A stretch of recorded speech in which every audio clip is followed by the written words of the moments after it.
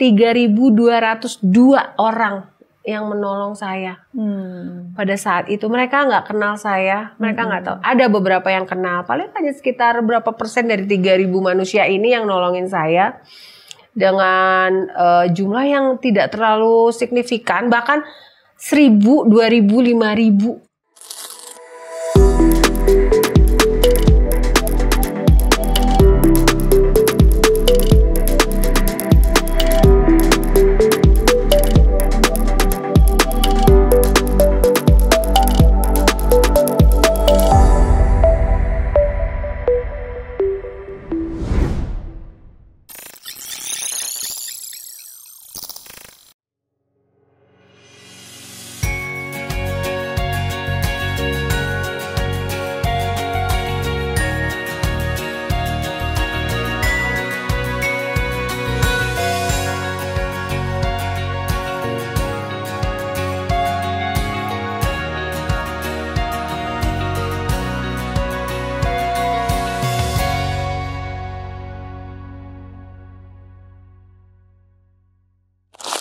Di periode itu nggak semua kan gratis toh, Beb. Biaya cukup gede ya.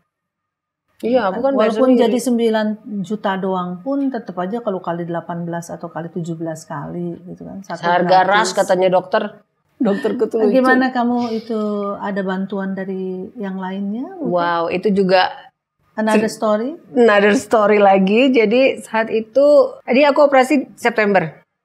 Terus kemo mulai Oktober.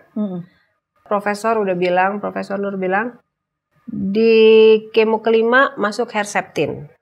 Seperti yang saya bilang tadi 11 Januari 2022. Artinya dalam waktu berapa bulan tuh, dari Oktober sampai Januari harus udah kumpulin uang untuk Herceptin. Jujur aku nggak tahu preparationnya, sama sekali nggak mengerti. Rupanya itu rembukan dengan papanya, dengan keluarga papanya juga. Mereka berembukan, akhirnya anak-anak datang kepada saya, masih ingat pada saat itu 3 Desember 2021. Mereka datang dengan laptop, lalu mereka bilang, "Mam, kita akan masukin mama untuk cari galang dana untuk mama." Karena kita kondisinya kurang memungkinkan untuk membayar Herceptin ini sampai 18 kali. Pada saat itu saya memang lagi istirahat, memang baru kelar kemo. Jadi aku cuma bilang, anak-anak, kiranya ini kalian sudah bawa di dalam doa. Jangan sampai melulu urusan uang. Itu aku bilang. Terus jangan sampai gara-gara uangnya hanya kumpul sekian, terus kita jadi kecewa dan sebagaimana Tuhan izinkan segitu sampai selesai mama di treatment. Aku nggak ngerti menggunakan kitabisa.com ini seperti apa, nggak ngerti. Jadi cuman anak-anak minta restunya mama, terus kita berdoa juga dengan kebetulan ada keluarga dari suami yang mendukung, ada iparku yang tercinta. Thank you ya Mong. Dan dia yang doa dulu, kita doa dulu sama-sama, and then kita push the button, kayak yeay gitu kan, mulai cari. Wow, ini sih cerita saya ya. Kan banyak orang bilang, lu sih nggak nabung, lu sih nggak punya asuransi, lu sih nggak punya gitu ya. Yang kadang-kadang bikin kita nyesel, ya juga kenapa gua nggak nabung, kenapa gua buka asuransi gitu ya. Tapi aku nggak tahu ya, aku selalu dibilang, itulah Tuhan. Kalau aku punya asuransi, kalau aku punya tabungan, aku tidak akan merasakan kitabisa.com ini. Oke. Tante, 3.202 orang yang menolong saya. Pada saat itu mereka nggak kenal saya, mereka nggak tahu. Ada beberapa yang kenal, paling hanya sekitar berapa persen dari 3.000 manusia ini yang nolongin saya dengan jumlah yang tidak terlalu signifikan, bahkan 1.000, 2.000, 5.000. Kalau tante nanti masuk ke kitabisa.com, ada namanya Berjuang Bersama Mama Bi. Masih bisa dilihat sampai tadi 3.202. Mereka menolong, tapi udah ditutup sih, itu sudah selesai. Memang waktu itu dibikin programnya 3 bulan aja, jadi memang benar-benar mencari kebutuhannya aja, nggak lebih-lebih. Puji Tuhan juga Tuhan kasih hikmat, jadi setiap kali kita mau ambil uang tuh kita harus report. Nah kebetulan di sini kembali Keisha kan yang bertugas, Keke. Dia akan cerita, hai mama hari ini ngambil kemo sekian, gitu kan. Nah baru dapat keluar uangnya seperti itu. Setiap kali Keke kasih report untuk pengambilan uang, 3.202 orang itu menerima email tentang kesaksian Tuhan Yesus dalam kehidupan kita. Oh, yang nyumbang itu di info ya sama pihak satunya. Jadi secara tidak langsung kita sudah bersaksi kepada 3.202 orang itu. Karena Keke akan bercerita tentang perjalanan Mama dan pasti nama Tuhan Yesus yang disebut. Amin. Dan begitulah begitu banyak cara bagi pekerjaan Tuhan. Dan aku bersyukur. Jadi nggak usah nyesel nggak punya asuransi, nggak usah nyesel nggak punya tabungan. Ternyata ini jalannya. Tapi sekarang harus nabung ya. Pengalamanmu mirip banget sama aku ya. Tahun 2000 itu pas kena uang habis bangun rumah, gitu kan, nggak ada tabungan. Tapi amazingly, betul-betul itulah misteri Tuhan ya, gimana dia bisa memenuhi setiap kita. Kadang-kadang sahabat Crosstalk saya sangat amazed sama Tuhan ya, Tuhan Yesus khususnya ya, pasti yang kita sembahkan, babe. Kok begitu banyak kasus, kok semuanya bisa ditangani? Iya, jadi kan sebenarnya very personally gitu loh. Betapa hidupnya Tuhan itu ya. Iya. Ya, amazing sekali gitu. Sangat pribadi loh dia nanganin satu persatu loh. Iya kan? Nah, spesifik dan itu tinggal nyolek aja, kayak aku udah nggak usah terlalu banyak kayak harus gimana gitu. Cuman kayak Tuhan, udah beres. Lagi mikir apa gitu ya. Makanya pernah ada di satu podcast atau apa pernah tanya, "Beb, kamu mau tuker nggak pengalamanmu ini?" Enggak. This is my best chapter of life. Karena kalau tidak lewat ini, kita tidak akan mengalami segitu banyaknya kemurahan Tuhan. Betul. Dan very personally, ya bukan cuman Tuhan yang kita percayai sebagai Tuhan yang jauh ya, tapi jadi sangat dekat sekali. Yes, dan Tuhan itu hidup, benar-benar hidup. Yes. Dan dia tidak akan meninggalkan engkau seorang diri. But remember, untuk mendapatkan itu kita harus lewati proses, sahabat Crosstalk. Jadi banyak kita tidak suka prosesnya. Iya, kita maunya enak-enak maunya end result. Tapi nyanyinya seperti Yesus. Waktu saya mau pergi ke rumah sakit, suami saya bilang begini, kamu tuh, dia bilang orang Manado kan ya, Ngana tuh harus bangga. Nggak semua orang bisa merasakan 0,000% penderitaan Tuhan Yesus di kayu salib. So kita precious karena bisa merasakan sedikit saja. Nah itu menjadi kekuatan. Jadi kita adalah, aku selalu bilang sama teman-teman di tempat aku treatment, kita adalah orang-orang terpilih. Sobat Crosstalk, kita mendengar banyak sekali kesaksian dari Bianca ya, Sis Bianca. Aku panggil dia Bi atau Baby. Jadi Babe, kalau misalnya tadi ditanyakan mau ditukar apa nggak ditukar ya, nggak mau ya, karena kita memang mengalami itu. Dan ternyata kita menyadari bahwa segala sesuatu yang diizinkan Tuhan memang it's not about kita sendiri. Iya kan Babe ya, nggak about kita sendiri, about orang sekitar kita juga. Dan about dampaknya kepada orang banyak. Cerita gini aja dampaknya ke berapa? Mungkin yang nonton ribuan orang. Amin, amin. Kiranya menjadi berkat. Itu saja sih kerinduan kita. Betul. Dan itu dampaknya kepada begitu banyak orang. Kita mau khotbah di atas panggung, kita bisa jangkau berapa ribu orang ya, Beb. Tapi lewat ini jauh. Jadi Tuhan tahu apa yang bisa dia gunakan dari segala proses yang harus dilewati oleh Bianca, oleh saya, oleh begitu banyak orang yang muncul di bincang-bincang Crosstalk. Jadi sahabat Crosstalk, saat sesuatu menimpa Anda, ingat itu bukan cuma urusannya sama kita atau sama Anda saja, tapi ini berkenaan dengan begitu banyak orang yang terdampak, terimpact oleh semua yang kita harus hadapi. Karena itu hadapilah bersama dengan Tuhan. Pasti ceritanya banyak.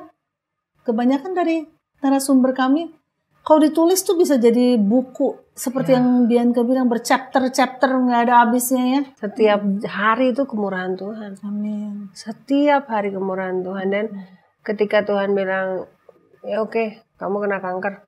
Respons kamu tapi harus benar ya, Beb. Kamu menerima atau kamu ngedongkol. Iya kan? Atau kamu bilang, wah udah lakukan ini, udah ikut Tuhan. Ya, jangan hitung-hitungan lah ya. Nah, ayat apa tuh yang jadi rahasia kamu tuh bisa dengan easily hadapin ini semua? Janji Tuhan ya, firman Tuhan aja aku pegang bahwa firman Tuhan ya dan amin. Hati yang gembira adalah obat, yang manjur itu luar biasa. Dan memang kesaksian dari kehidupan mama saya itu luar biasa ya. Bagaimana dia itu kesaksian hidup Tuhan ya. Kesaksian hidup Tuhan melalui mama itu benar-benar menjadi kekuatan. Hidup banget. Wow, Jadi istilah katanya maksudnya kalau Tuhan menolong mama pasti menolong kamu, maksudnya gitu. Iya. Dan kok bisa-bisanya mama pergi di akhir aku udah selesai treatment. Pendoaku ya mama. Mama itu udah pikun-pikun. Udah 89 tahun, udah sering lupa. Tapi kalau berdoa dia nggak pernah, dia tidak pernah pikun. Berdoa itu bagus dan selalu memang beda ya. Lututnya beda, dia modal dengkul. Oke. Benar, modal dengkul. Modal dengkul itu orang suka bilang lu modal dengkul. Iya, gua modal dengkul. Support system yang paling utama berarti mama dong, karena dengkulnya itu. Ya, dengkulnya kuat banget. Mama sampai terakhir malah dinyatakan tidak ada keropos. Wow, bagus. Okay. Jadi, Beb, kita waktunya kalau ngomong nggak bakal habis-habisnya nih. Aduh. Oke, sekarang kira-kira next setelah kamu lewati Herceptin ini, kan untuk dinyatakan kita itu betul-betul bebas CA biasanya adalah 5 tahun sesudah kita mengalaminya. Betul. Ya. Ini Bianca memasuki hampir tahun keempat ya. Tahun ketiga udah mau selesai ya. Bulan September enggak udah. Dong, baru mau masuk 4 ya. Iya, September kemarin udah 3 tahun. Iya. Ini masuk tahun keempat. Betul ya. Kita tidak tahu jalan hidup kita ke depannya. Kita beriman, kita tetap mengharapkan segala sesuatu yang baik sebagaimana firman Tuhan mengatakan kan ketiga hal ini, iman, pengharapan dan kasih. Kita punya iman pada Yesus, kita selalu punya pengharapan. Ya. Kita membagikan kasih Tuhan kepada begitu banyak orang. Kita mengasihi Tuhan. Tapi kita tidak tahu sejauh apa. Nah, apa yang kau lakukan sesudah ini semua selesai? Apa yang kamu pikir Tuhan ingin kamu lakukan ke depannya dengan mengizinkan kamu seperti ini? Coba, can you share something yang kamu pikir? Ya, yang Tuhan taruh kalau aku dikasih kesempatan lagi kehidupan. Yep. Pakailah hidup itu untuk bersaksi bagaimana Tuhan itu baik di dalam kehidupan kita. Bersaksi bahwa Allah yang kita sembah adalah Allah yang heran dan hidup. Datanglah kemana-mana dan saksikanlah firman Tuhan. Berceritalah bagaimana Tuhan sangat mengasihi kalian semua juga yang sedang struggle. Aku nggak tahu struggle-nya. Mungkin paketnya Bianca di sini adalah cancer. Mungkin paket-paket yang lain adalah cobaan, kehilangan orang yang dikasihi, bangkrut, atau macam-macam yang tidak bisa disebutkan. Tapi misi kita di dunia ini kan menjadi laskarnya Tuhan ya. Menjadi messengernya Tuhan. Jadi pakailah itu menjadi alat kita bersaksi untuk kemuliaan nama Tuhan, untuk memenuhi kerajaan sorga, dan mengembalikan jiwa-jiwa yang dari Tuhan untuk kembali lagi kepada Tuhan. Kiranya Tuhan kasih aku dan anak-anakku kekuatan dan keluargaku kekuatan untuk terus bisa bersaksi dan didapati setia ketika Tuhan datang. Jangan sampai kita yang sudah terdahulu menjadi terkemudian. Karena dunia sekarang semakin luar biasa, kesusahan, sosial media yang digunakan secara tidak bertanggung jawab, ya membuat kita sering dengar-dengar tentang mental health dan sebagainya. Sebenarnya jawabannya hanya pada firman Tuhan. Dan untuk ketemu firman Tuhan itu nggak gampang. Karena jawaban hidup di firman Tuhan kan. Pasti kan banyak yang gangguin. Ya, udah tahu kan siapa yang suka gangguin? Yang membuat kita jadi terdistract dari rencana Tuhan. Terdistract daripada janji Tuhan. Itu karena ketika kita mau jalanin ada aja, lo gini, ada. Kan datang dari mana-mana. Apalagi kalau dari orang-orang terdekat itu melemahkan. Jadi kita harus dengan kekuatan dari sorga yang kita tahu dari hubungan itu jangan putus, Roh Kudus. Sekali Yesus, selamanya Yesus. Ya kan? Nah, kamu terlibat di organisasi cancer ya? Ya, dan saya puji Tuhan pada saat sedang struggle, saya bertemu dengan teman-teman di Love Pink. Pada saat itu luar biasa sampai hari ini saya masih bergabung dengan mereka.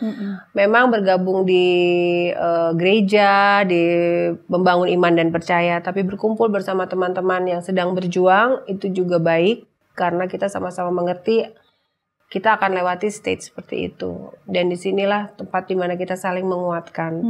Saya pernah ada di rumah sakit, suster datang kepada saya. Dia bilang, Mbak, dia manggil aku Mama Bi ya di sana. Mama Bi itu yang di kursi situ aku tusuk-tusuk gak bisa-bisa tuh katanya. Tegang dia. Terus dia bilang, kenapa suster gak bisa? Terus dia cuma bilang ini, suster kan gak ngalamin.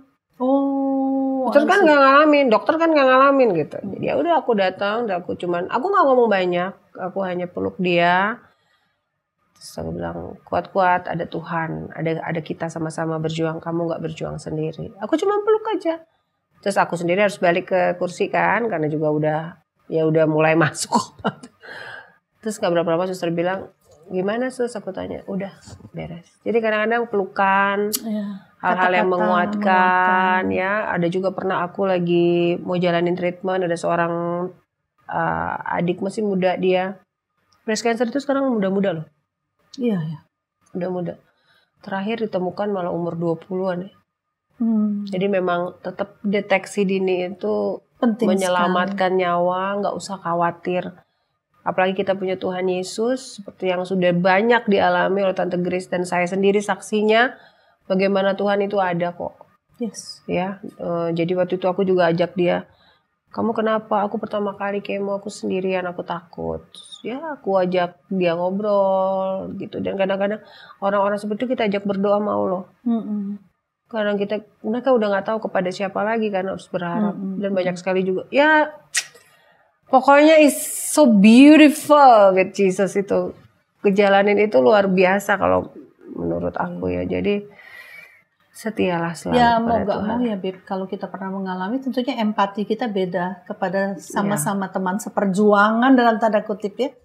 Mungkin saat kita tidak pernah mengalami, kita juga melihatnya mungkin malah lebih takut. Aduh, jangan sampai gua kayak Dina, ya kan? Waduh, botak semua gitu. Wah, mukanya pucat, itu yang saya takutin waktu itu. Kalau botak cantik tahu. Itu Tuhan tuh baik ya waktu botak. Semua orang botak cantik loh. Terus udah gitu ya. Kalau kita kemo kan dianjurin semua zat-zat itu kan, kita punya sel-sel. Abis itu kan kita makan yang bagus. Kalau dulu kita makan bakso lah, ketoprak lah, cireng lah, apa segala macam kan, kali ini kita makannya kan sel-sel.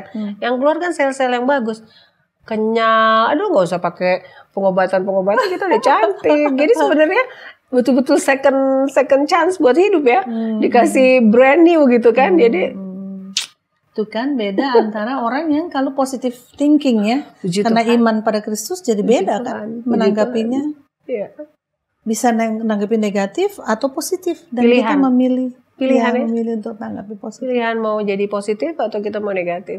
Sementara beberapa hari ini aku dapat firman tentang ketakutan itu bukan datang dari Tuhan ya. Roh ketakutan itu bukan datang dari Tuhan. Tuhan tidak memberikan kepada kita roh ketakutan. Jadi tapi dia membangkitkan kekuatan, kasih dan ketertiban. Iya, itu yang berapa hari ini tentang ketakutan, kesesakan.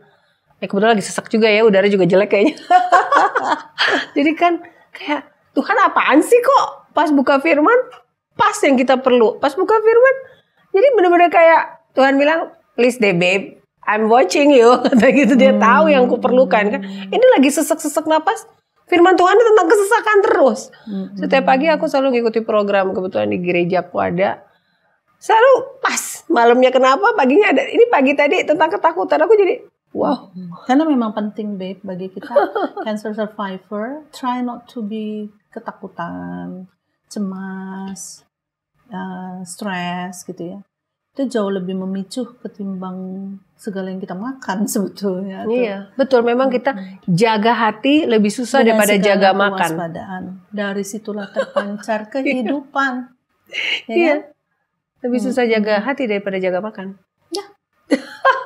Kadang-kadang kita nggak rasa sakit hati, tapi deep in our heart sebenarnya kayak uncontrollable sometimes. Iya ya, kayak gitu. Makanya perlu Roh Kudus Tuhan, perlu penghiburan, dan Tuhan bilang bersukacitalah. Sekali lagi aku katakan bersukacitalah.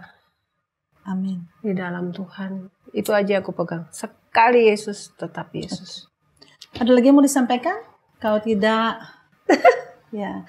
Terima kasih buat kesempatan yang udah diberikan. Aku tahu ini pasti datang dari Tuhan. Terima kasih buat teman-teman yang luar biasa. Sudah ada di sini. Kiranya kita semua tetap menjadi berkat dan tidak pernah undur dari kasih Tuhan. Amin. Kami juga terima kasih, Baby, memberi kesempatan kepada kami untuk menayangkan sebagian dari kisah hidup kamu yang kami percaya pasti jadi berkat bagi sahabat Crosstalk ya. Mari kita sama-sama jalani hidup bersama dengan Tuhan dan tidak pernah lari dari Tuhan. Sekali lagi saya sering sampaikan di bincang-bincang Crosstalk, kalau kita hadapi tantangan dan kita marah sama Tuhan, kita jalannya lebih susah daripada kita belajar percaya bahwa Tuhan tidak pernah salah, kasih setianya selalu sampai selama-lamanya, dan dia tidak pernah salah dengan keputusannya. Akan jauh lebih mudah kita menerima ini dan berjalan bersamanya daripada kita marah dan kita meninggalkan dia. Percaya sama saya. Percaya, Beb? Amin. Amin. Karena itu sahabat Crosstalk, kita akhiri pembicaraan kita. Amin. Ya. Bincang-bincang kita yang kami percaya akan menjadi sumber inspirasi yang menguatkan kita semuanya. Sampai jumpa di bincang-bincang Crosstalk selanjutnya. Tuhan Yesus memberkati. Sahabat Crosstalk, agar kesaksian ini dapat menjadi berkat kepada lebih banyak orang, yuk like and share kesaksian ini kepada keluarga dan teman-teman lainnya. Bagi sahabat Crosstalk yang diberkati melalui kesaksian ini, mari berbagi di kolom komentar. Dan subscribe agar tidak ketinggalan kesaksian-kesaksian lainnya.